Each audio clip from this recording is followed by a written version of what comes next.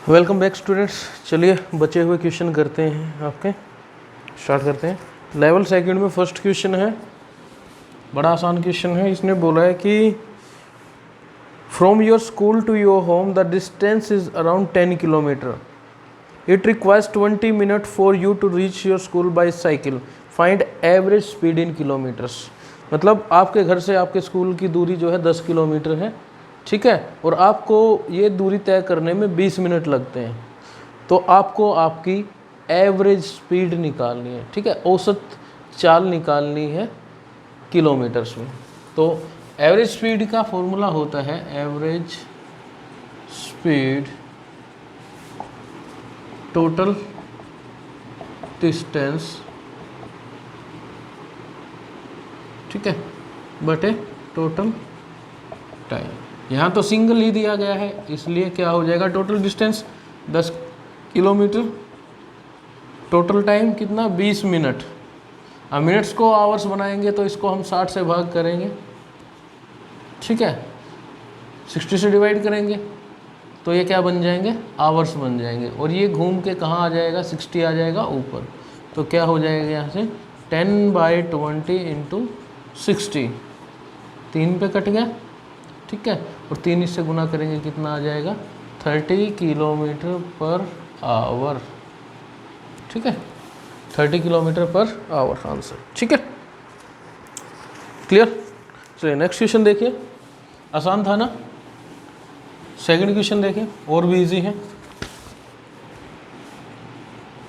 कि भाई 2 वेक्टर्स दिए गए हैं, ठीक है, P और Q, और उनके मैग्नीट्यूड है 10 न्यूटन 15 न्यूटन, और उनके बीच में जो एंगल दिया गया है वो 45 डिग्री है। देखिए मैग्नीट्यूड बताया गया है न्यूटन, 10 न्यूटन 15 न्यूटन, यानी ये आपकी दो तरह के फोर्स दिए गए, 10 न्यूटन और 15 न्यूटन, जो वेक्टर्स में डिनोट किए गए। इनका हमें रिजल्टेंट बताना है, ठीक है। तो इसके लिए रिजल्ट, जब आपको 2 वेक्टर्स दिए जाए और उनके बीच का एंगल दिया जाए तो उसके लिए रिजल्टेंट के लिए आपका फॉर्मूला क्या होता है, जो रिजल्टेंट वेक्टर आता है उसके लिए होता है आपका अंडर द रूट पहले वाला जो आपको वेक्टर दिया गया है प्लस सेकंड वाले का स्क्वायर, पहले वाले का स्क्वायर प्लस सेकंड वाले का square, plus 2 into P into Q cos theta, ठीक है।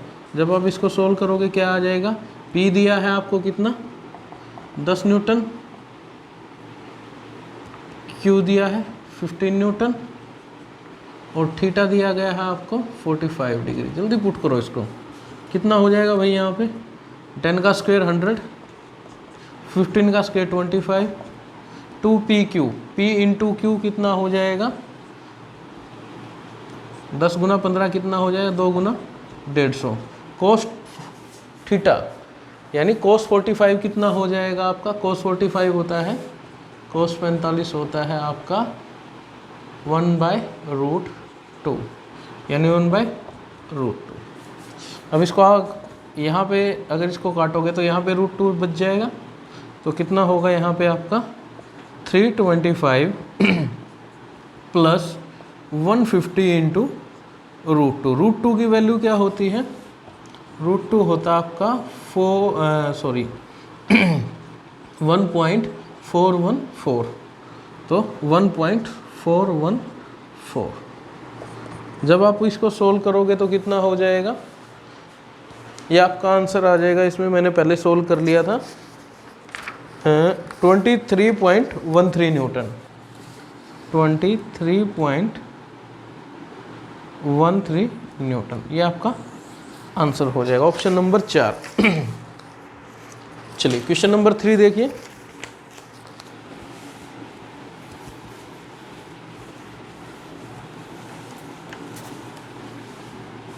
बड़ा ऑकवर्ड सा लगता है बगैर स्टूडेंट के क्लास को पढ़ाना।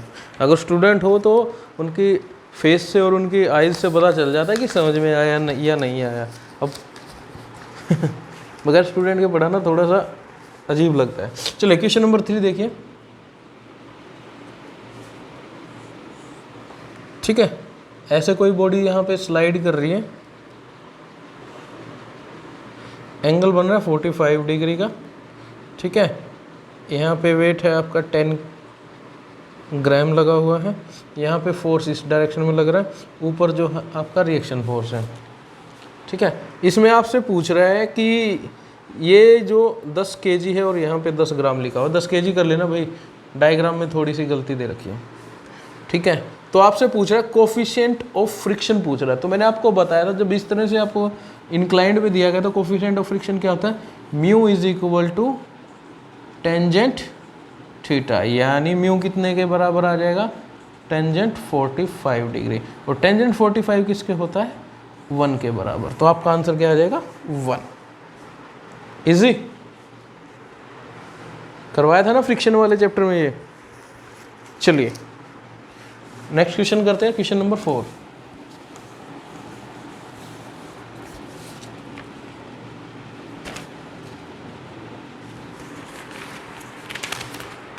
भाई क्रेन दे रखी है, ठीक है, और इसमें इनपुट और जो इसमें आपको डिस्टेंस मूव्ड बाय एफर्ट और डिस्टेंस मूव्ड बाय लोड दिया गया है। तो वेलोसिटी रेशियो निकालना बड़ा आसान है। वेलोसिटी रेशियो किसके बराबर होता है भाई, distance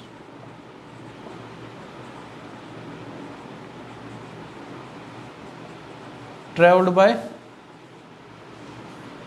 load, sorry distance travelled by effort divided by distance travelled by load, यानी डिस्टेंस ट्रेवल्ड बाय एफर्ट कितना है, 10 है, और डिस्टेंस ट्रेवल्ड बाय लोड कितना है, 30 है। तो इसको काटोगे कितना आ जाएगा, 1/3। ये आपका आंसर है। क्वेश्चन नंबर 5 देखिए। अभी तक आपने हीट वाला चैप्टर नहीं पढ़ा इसलिए आपको फॉर्मूला थोड़ा सा अजीब सा लगेगा, ठीक है, लेकिन जब चैप्टर पढ़ाएंगे तब आपको आ जाएगा ये समझ में। इसमें बोल रहा है स्पेसिफिक हीट निकालनी, यानी विशिष्ट ऊष्मा क्षमता निकालनी है। ठीक है, अगर ऑब्जेक्ट का मास 50 किलोग्राम दिया गया है, हीट जो है क्वांटिटी ऑफ हीट 40 जूल दी गई है, और टेम्परेचर डिफरेंस दिया गया 250 सीसी, 250 सेल्सियस, और सीसी बोल गया मैं, 250 सेल्सियस। तो इसके लिए फॉर्मूला होता है आपका डेल्टा क्यू। डेल्टा क्यू यानी change in heat, sorry specific heat, ठीक है, equal to M C into delta T.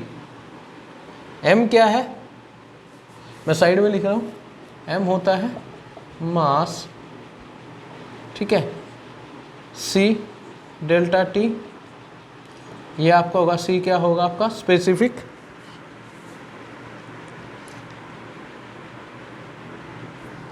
Sorry ये आप, हाँ डेल्टा टी, ठीक है, ये चेंज इन टेम्परेचर है, temperature change, change in temperature, और ये सी आपका हो जाएगा हीट, हीट क्वांटिटी, ठीक है। अब इसमें आप रखोगे ये आपका स्पेसिफिक हीट हो जाएगा। तो m कितना, मास कितना दिया गया है इसमें 50, ठीक है, इनटू हीट कितनी की है 40, और टेम्परेचर डिफरेंस दिया गया 250 सीसी, 250 सेल्सियस। मैं बार बार सीसी रिपीट कर रहा हूँ, सॉरी, ठीक है। जब आप इसको करोगे तो आपका यहाँ से क्या आ जाएगा, हाँ सॉरी मैंने गलत लिख दिया भाई। ये जो C है ये आपका स्पेसिफिक हीट है, ठीक है, और डेल्टा क्यू तो लिखा नहीं, डेल्टा क्यू क्या है, चेंज इन हीट या हीट क्वांटिटी, ठीक है। तो डेल्टा क्यू कितना दिया गया 40 जूल, ठीक है, और C निकालना है। अब आप इसको इसके नीचे लेके आओगे इधर, तो क्या हो जाएगा, C is equal to 40/50 into 250, एक जीरो से एक जीरो चली जाएगी, यहाँ पे कितना आ जाएगा 4/100, 1250, जो आपका हो जाए 0.032 जूल्स, ठीक है, हाँ यही आंसर। चलिए क्वेश्चन नंबर 6 जो है आपको आधा दिया गया है, ठीक है, ना इसमें क्वेश्चन पूरा किया गया ना इसमें ऑप्शंस दिए गए हैं, इसको आप ड्रॉप करें। क्वेश्चन नंबर 7 जो है आप देखें, इसमें लगेगा डिस्टेंस फॉर्मूला, ठीक है। कोऑर्डिनेट ज्योमेट्री में होता है एक डिस्टेंस फॉर्मूला। कोई भी दो पॉइंट है, अगर मान लीजिए ये पॉइंट है और ये पॉइंट है, ये ए है, ये बी है, तो इसके कोऑर्डिनेट हम डिनोट कैसे करते हैं भाई? ये हो जाएगा इसका x1 और ये y1, इसके हो जाएंगे x2 y2। तो इसका इन दोनों ए और बी के बीच का डिस्टेंस निकालना, तो इसके लिए कोऑर्डिनेट ज्योमेट्री में एक फॉर्मूला होता है क्या? x2 माइनस x1 का स्क्वायर, ठीक है, प्लस में y2 minus y2 minus y1 का स्क्वायर, ठीक है। तो इसमें हम पुट करेंगे क्या क्या दिया गया है, इसमें हमें कितना कितना दिया गया है, दो पॉइंट दिए गए हैं, ठीक है। If the length between, find the length between two points if coordinate of X R, X के कोऑर्डिनेट दिए गए हैं क्या, ठीक है, एक्स के कोऑर्डिनेट दिए गए हैं इसने 8 और 9, यानी इसने पॉइंट माने हैं कोई, ये पॉइंट एक्स है, ये पॉइंट वाई है, तो इसके जो कोऑर्डिनेट दिए गए हैं क्या है, 8 और 9, और y के दिए गए हैं 10 और 12,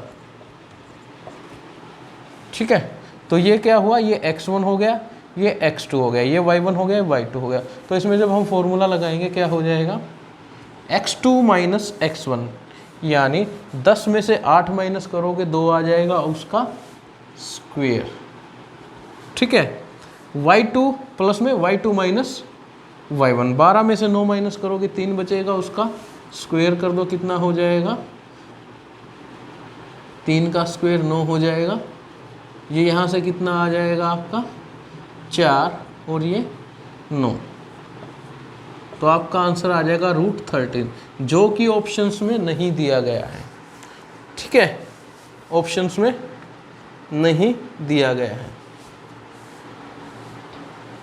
अगर आपको इसको √13 की वैल्यू निकालनी है तो कितनी आ जाएगी ये आपकी आएगी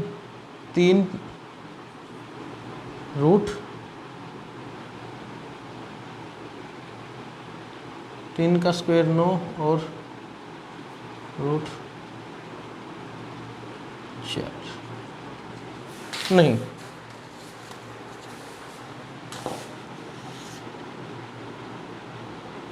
√13 ही आएगी, ठीक है, √13 लिख लेना। अगर इसकी आप वैल्यू सॉल्व करना चाहोगे तो 3 पॉइंट और